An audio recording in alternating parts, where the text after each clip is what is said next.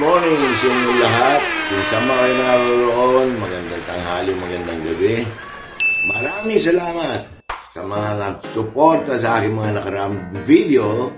Maganda po ang kinalabasan at tumaas po ang ating mga viewers, subscribers at followers. Sana po sa mga hindi nakapag-subscribe, mag-subscribe na rin po kayo sa ating mga darating na video. Anyway, ito po ulit si Nurse Kaloy magbibigay sa inyo ng isang tips. Ito po ay hindi tips sa wedding o loto. Ito po ay travel tips. Dahil alam naman po natin, one more month to go, it's December. And that's what we are all waiting for, yung holiday season o yung darating na Kapaskuhan. Kaya ito po ay para sa mga OFW, netizens, wherever you are, balikbayans, and to all foreign nationals who wish to come to Philippines this coming holiday season. Okay, tip number 1. Of course, you have to have mula before you come to Philippines. Kasi alam naman po natin, ang presyohan dito ay medyo mataas. Lalo na ngayong Kapaskuhan. Pangalawa, before you travel, you have to make your plans. Kailangan meron tayong passport, updated po yan, at least 6 months kung kayo ay pupunta ng Philippines. And then you have to have yung ticket coming here and going back sa inyong destinasyon at sa inyong pinanggalingan.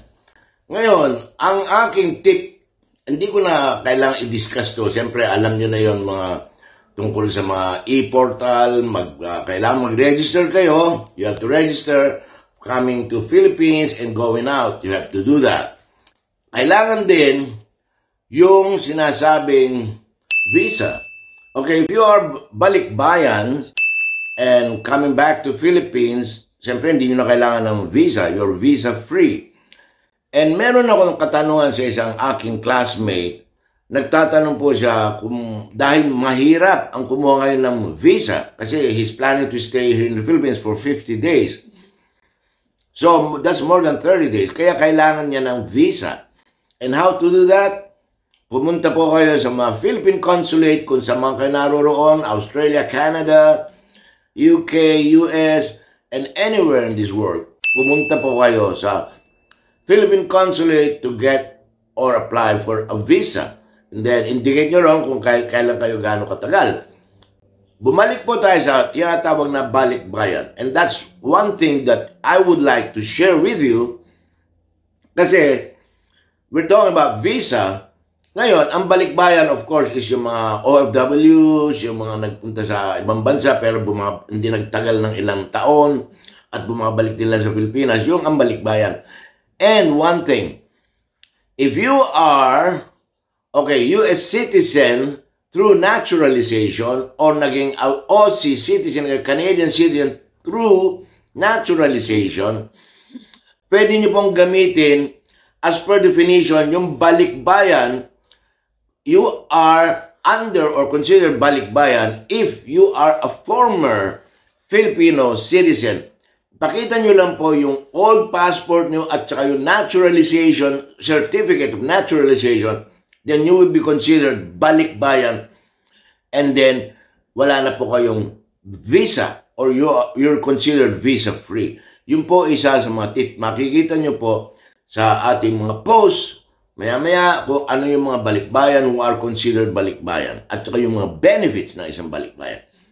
Pero let's dig more deeper sa ating mga tips.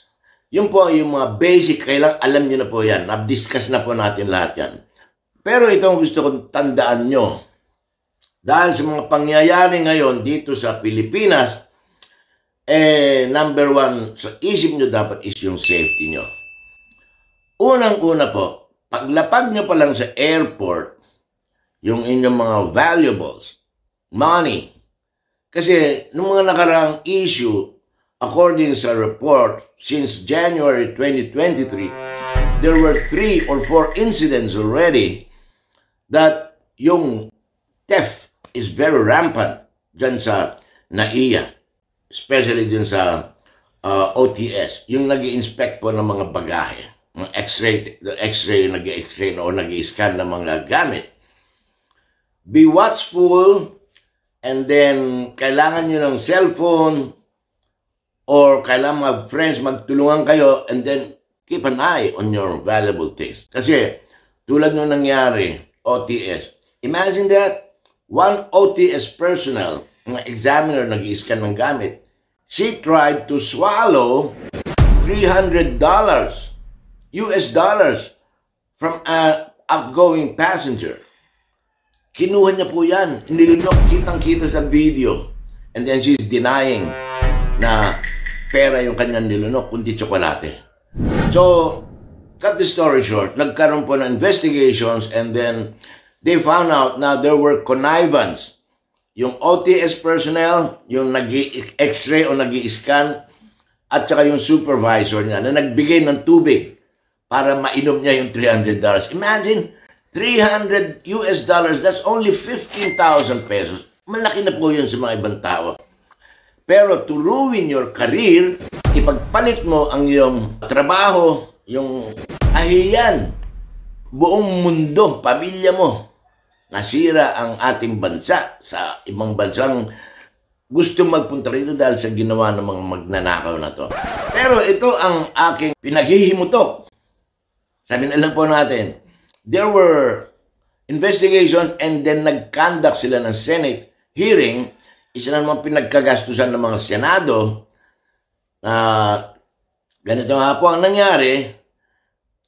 Nagkaroon po ng mga resolutions kuno, and they were suggesting, number one, kailangan yung vetting ng mga applicants. Ibig sabihin po, kailangan i-screen nila yung mga nag-a-apply sa trabaho ng OTS. Nag-a-apply, kailangan may good moral character, NBI clearance, graduate kung ano mang matapos mo. Yun po sinasabi na vetting of applicants. Number two, kailangan daw dyan, ang isa sa resolution nila para maiwasan itong mga pagnanakaw sa airport. Yan po ang resolution ng mga senador, which I don't think is right. Kasi po, vetting of applicants. Pangalawa, sabi nila mga senador, J.B. Ejercito, taasan daw ang sweldo. Oh my God. Papaliwanag ko po mamaya kung bakit ayaw ko, hindi maganda yung kanilang resolution. Taasan daw ang sweldo. Okay? Para ma-uplift yung kanilang moral, maiwasan na yung pagnanakaw, pagkokorap dyan sa airport. Pangatlo, ang sinasabi nila, kailangan daw ay magkaroon ng psychiatric exam, kung ano-ano mga test mga ginagawa nila para masigurado na mga nag-a-apply, nagtatrabaho dyan ay fit and physically, mentally fit to work. Pero itong aking kasagutan dyan, mga kababayan ko, tandaan nyo ito. Mapunta tayo sa number one resolution nila o yung suggestions nila. Kailangan may maganda ka pinag-aralan, kailangan maganda ang clearance mo, NBI clearance, etc. Kailangan nakagraduate ka. Ang aking rebuttal to that, bakit ang mga senador, congressman, may mga abogado dyan, mataas ang pinag-aralan, pero sila ay mga kurakot? Pangalawa, kailangan daw taasan ng sweldo. Ang mga senador, congressman, as far as I remember, ang isang congressman earns 700,000 pesos a month. Bakit? Bakit pa sila nangungurakot? Itong mga confidential funds, ninanakaw nila, hindi nila ginagastos sa kanilang mga constituents. Yan po ang issue ngayon, napakalaking issue itong confidential funds due to corruption. Ngayon, mapunta at babalik tayo dun sa mga OTS personnel dyan sa NAIA. Kailangan mo bang taasan ng sweldo? Kahit taasan mo man yung milyon-milyon pesos yan, kung ikaw ay magnanakaw ka pa rin. Isang halimbawa magandang halimbawa ni Senator Bato. Remember those policemen, tinaasan ng sweldo ni dating Presidente Digong. Dinoble.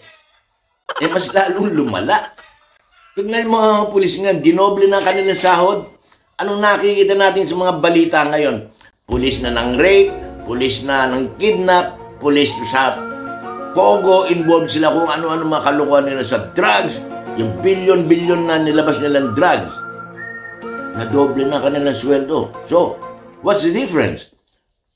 Dinagdagan mo sweldo dyan sa OTS, sa NAIA, yung mga personnel dyan. Wala rin mangyayari yan.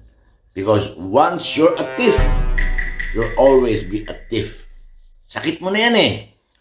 Ang aking suggestion po, para sa mga opisyalis natin sa gobyerno, para maiwasan ang corruption, para sa akin lang, because I used to work sa Saudi Arabia. Pag ang batas ay mayroong pangil, matatakot ka. Sa Saudi Arabia, magnako ka, putol daliri. Pumatay ka, patay ka rin.